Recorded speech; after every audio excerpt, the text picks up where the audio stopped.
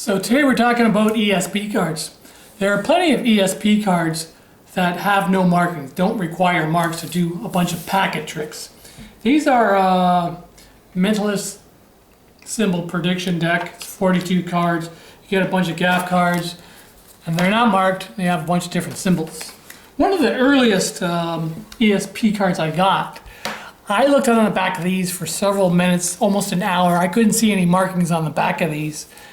But these are one of the first, and decades ago I received these ESP packet trick that I got.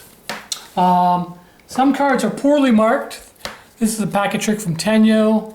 If you look on the back of the clown's nose, you can actually see that? Wavy lines. Look at the clown's nose, circle. Clown's nose, square. So these are poorly marked. I'd never use these. But good for a packet trick. This one is from Peter Turner's How to Read Minds. I like these. These are plastic coated. They're full card size. And here's what I really like about them. They're black background, white faces. But take the circle and the star, for example. The marking system, look at the backs of these. See a little piece missing out of there on the corner? That would indicate one circle. And here's the star. You can see a whole bunch missing off of this corner. That's the star. These are plastic coated and they're black background and white symbols I like, but the marking system is so poor, I would never use these. All right, so moving on, Michael Murray came up with these, a different way of marking cards.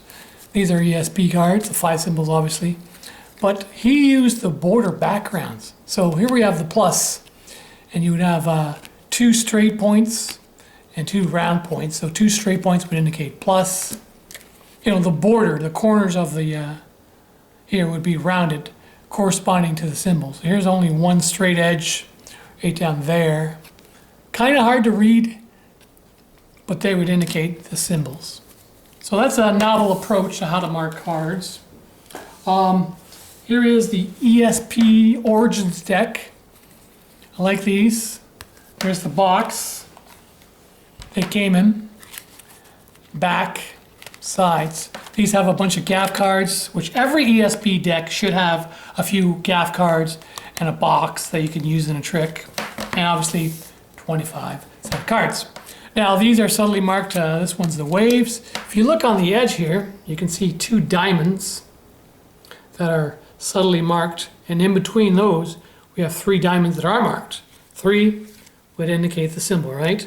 This one, you can see 2 diamonds on the outside. 1, 2, 3, 4. 4 would be obviously square, and so on. Cleverly marked. I didn't like the white faces in the black symbols on the white backgrounds, but these are cleverly marked, but difficult to read in low lighting or from a distance. Then we have the dark wave. This is the first version. They have 2 versions. I only bought the first one. Here's the box. Here's the side. And on the back of the box, they include this, which is a trick included in the instructions. And now let's take a look at the cards. So here are the cards, and very subtly marked. I don't know if you can see that on camera. A little dot outside, and the position like a clock would indicate the symbol. All right. Here's one. Star, no dot. There's a dot below, subtle. So these are subtly marked, but again, difficult to read in low lighting or from a distance. But I like this because they include the symbol, a picture, and the word. So that's kind of cool. Remember the old classic bicycle backed?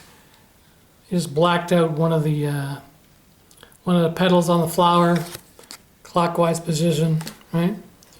If you look very subtly right there, you can see that the different petals marked out, indicating the symbol. Again, difficult to read at a distance and in low lighting conditions. These are one of my first black faces with white symbols, or black backgrounds with white symbols. And these are difficult to read, but there is a marking system on here. I think the circle is a C, and then the plus is a P on there. Very difficult to spot, extremely difficult to see in low lighting conditions or from a distance. And that's what an ESP deck should contain.